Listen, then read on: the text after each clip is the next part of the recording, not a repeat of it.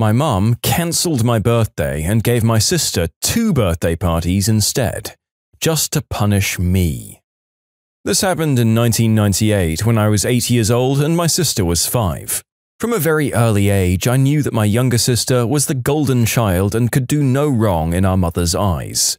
Mother Dearest was horrible towards me for most of my childhood until I was 14 and her physical and mental treatment of me turned towards my sister as well. My parents had separated before my sister was born. They didn't mesh well together but tolerated each other for the sake of their kids. Part of the reason that my sister was my mum's favourite child was her love for horse riding, which I was never interested in. The more hostile our mother got towards me, the less interested I got in anything she was interested in. And then came my 8th birthday. I was friends with our next-door neighbour's kids and a few kids from school. Although I didn't have that many, I loved the friends I did have and was excited to share my birthday with them. My birthday was on a Friday, but my mum told me that she'd arrange my birthday party for the Saturday, which was fine by me. The day of my birthday party came and I got excited. At that age, I hadn't yet had my heart crushed by my mother and her blatant favoritism and abuse. But that was the year I began to hate my birthday. The party was arranged to start at 12 p.m, so I wore my favorite dress and sat outside to wait for my friends to arrive. This was the point that I realized something wasn't right. Outside was the mother of one of my sister's friends with a Shetland pony in tow. My mother knew I wasn't interested in horses, and even if I was, this horse was too small for an 8-year-old. As more guests started to arrive, my heart broke more and more. These were my sister's friends, not mine. And for the icing on the cake, out came my 5-year-old sister in a Cinderella costume. None of these people were there for me. This was supposed to be my party, but instead it became a party for my sister. None of my friends were there. All of the birthday presents were addressed to me, but were things I didn't want. My Little Pony toys and other horse-related gifts were what I got from my mother and the people at the party. The only present that I got that wasn't horse-related was from our dad. He came later in the day to wish me a happy birthday, and by that point the other guests and the pony were gone. I can remember him asking me what was wrong, as I wouldn't come out of my room or talk to anyone. My mother acted dumb and said that she didn't know why I was upset.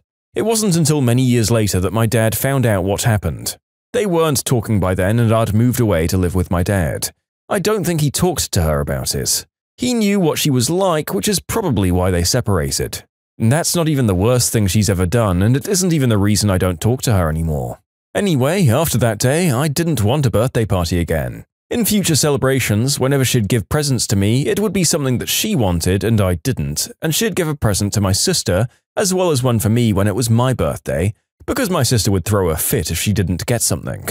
Even now at 30, I don't make a big deal out of my birthday. I still celebrate it, but I don't do birthday parties.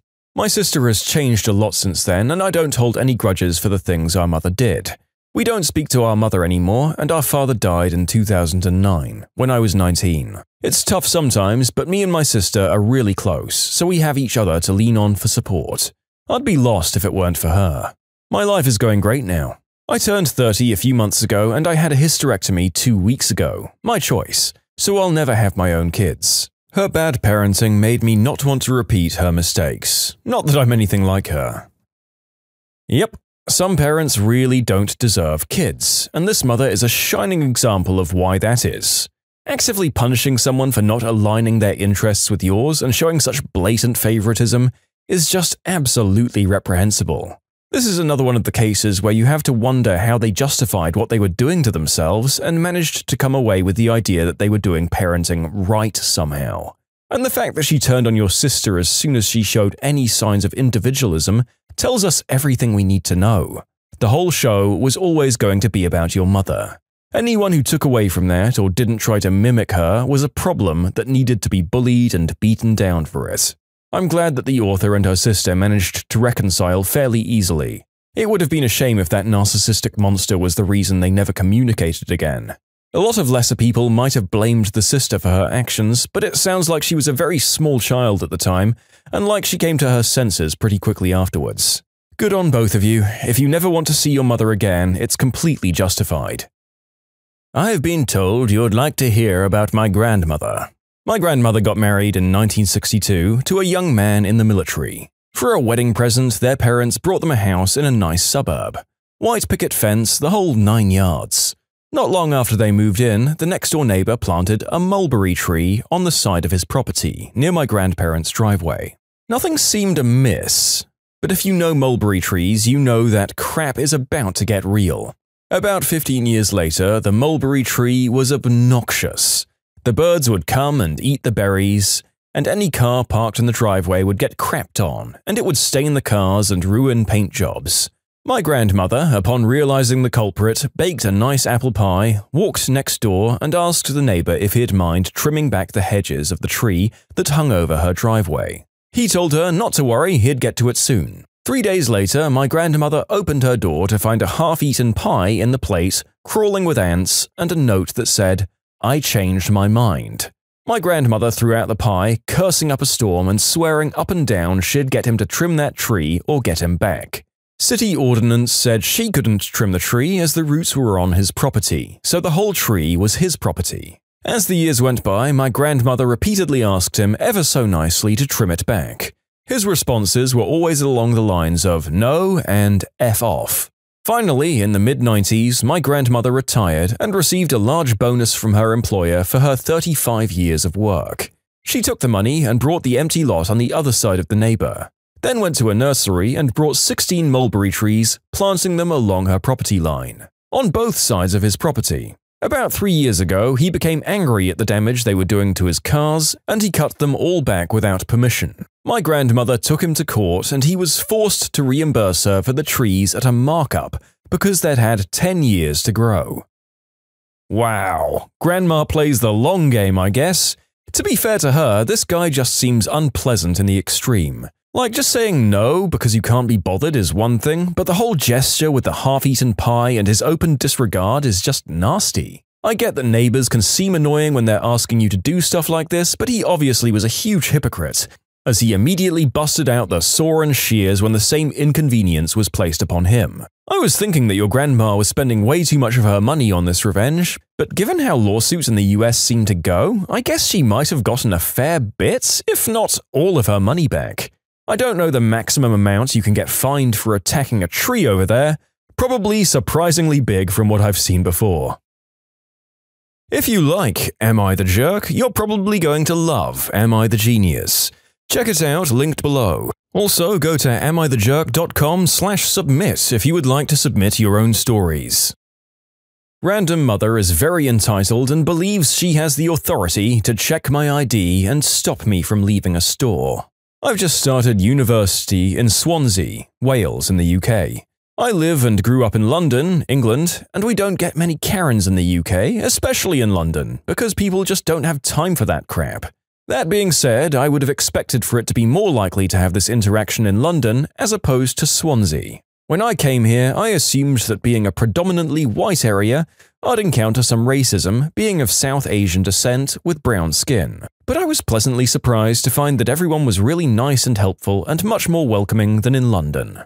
There was one incident, though, in a Beefeater restaurant, which is like a weird restaurant with a pub and bar attached to a 3-star hotel in the UK, and everyone there was staring at me as I moved about, and I definitely felt the xenophobic vibes.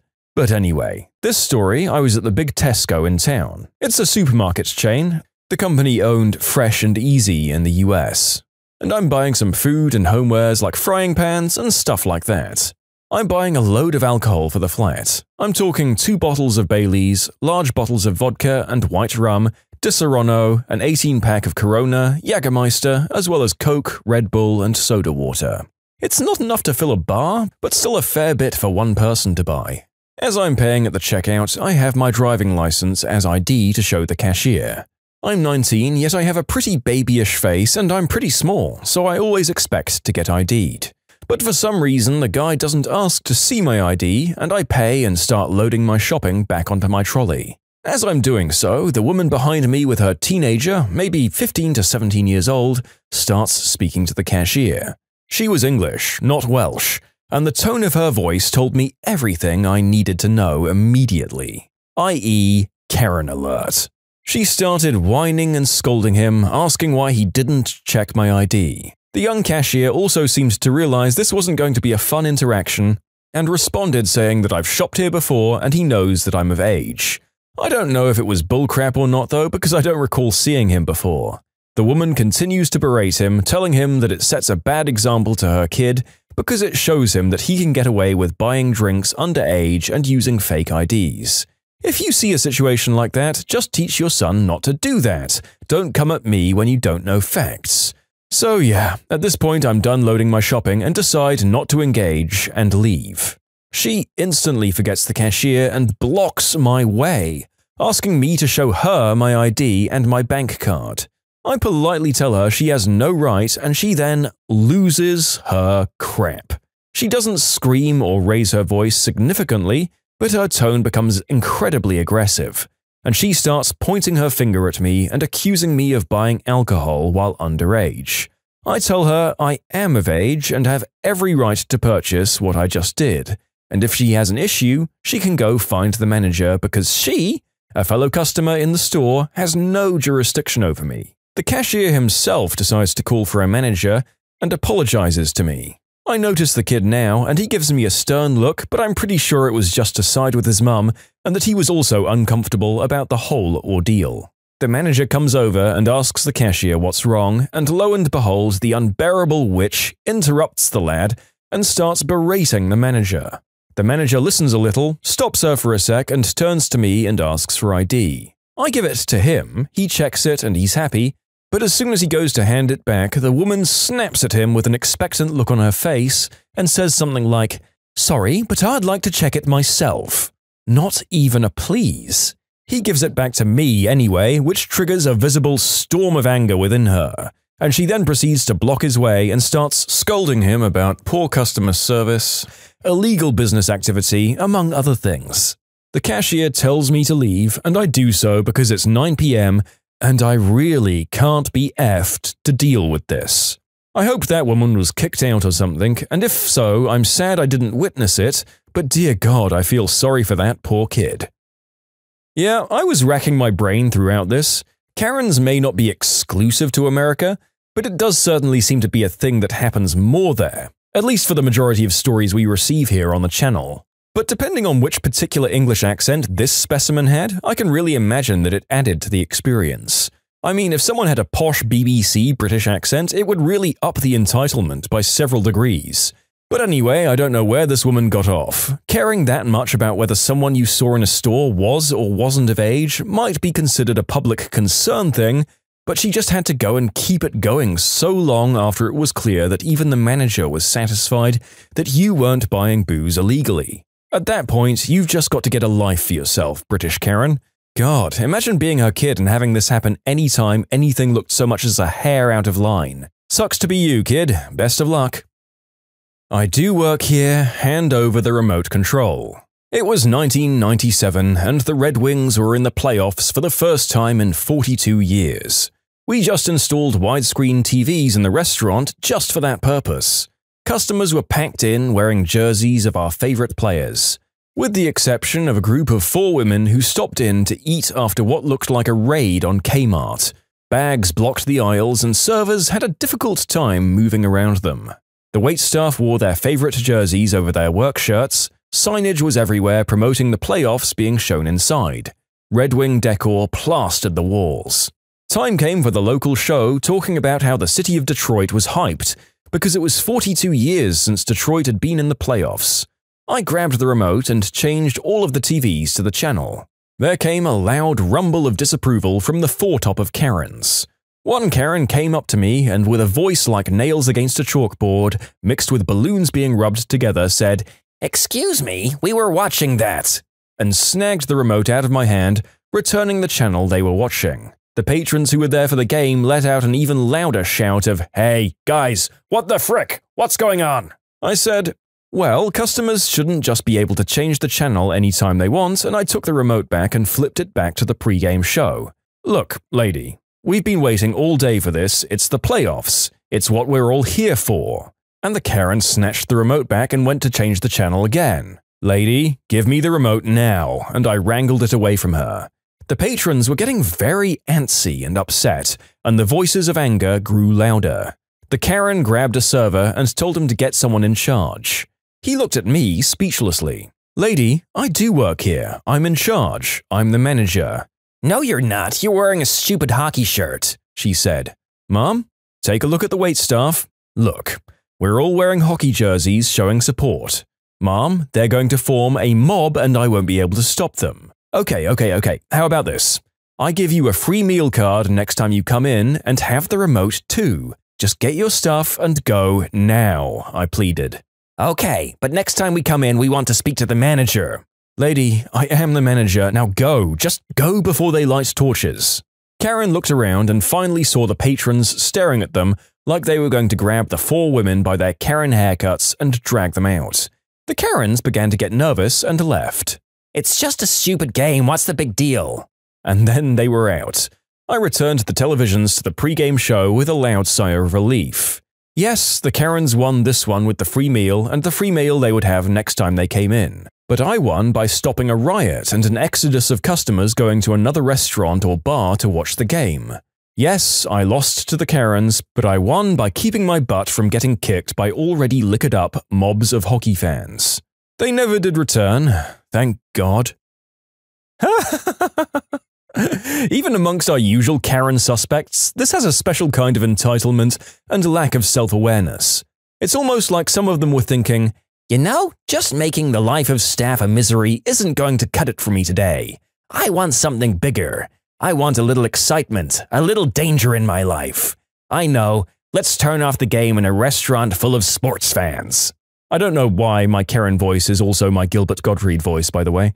I mean, what were they thinking? My jokes aside, the way the author describes it makes it seem like they honestly didn't know that they were angering a huge mob of Detroit sports fans who were especially invested in this particular game. The jaded former waiter in me kind of wonders what would have happened if that was the hill they decided to die on. Then again, they didn't even come in to exploit and exaggerate the free meal they were owed. So despite their hilarious selective blindness, maybe they weren't true Karens. It's up for debate. Am I the jerk for refusing to make my husband apologize for what he said to my mum at the dinner table? So I, a woman of 31 years, recently got married to my husband, Scott, who's 36.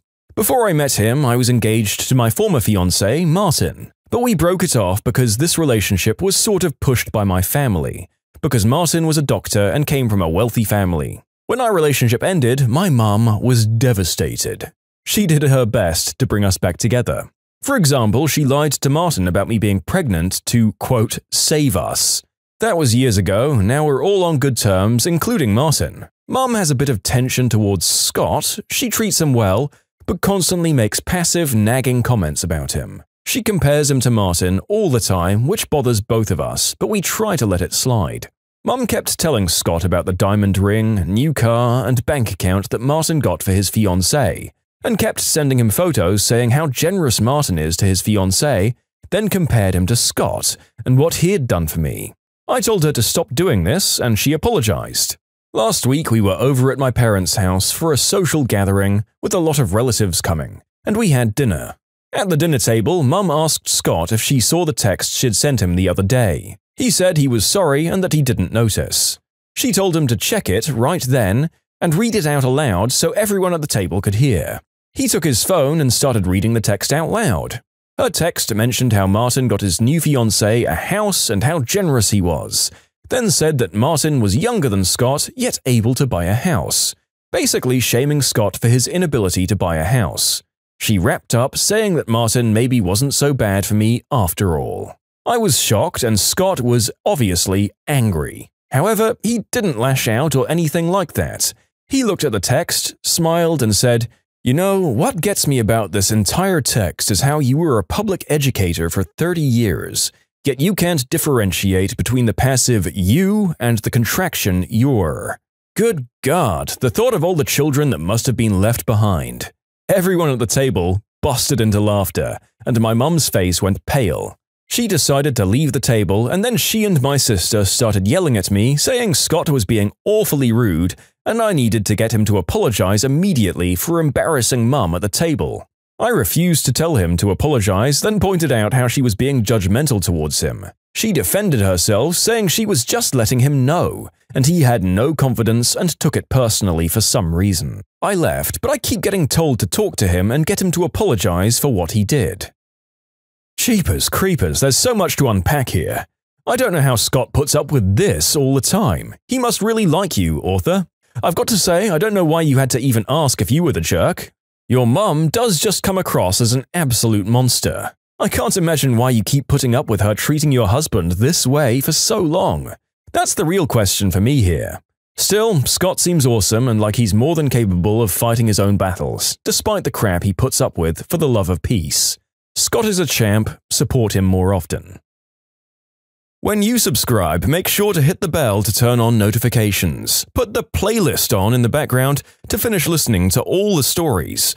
Or if you want to check out some great music, check out easymode.com. If you like Am I the Jerk, give Am I the Genius a shot. Everything linked in the description.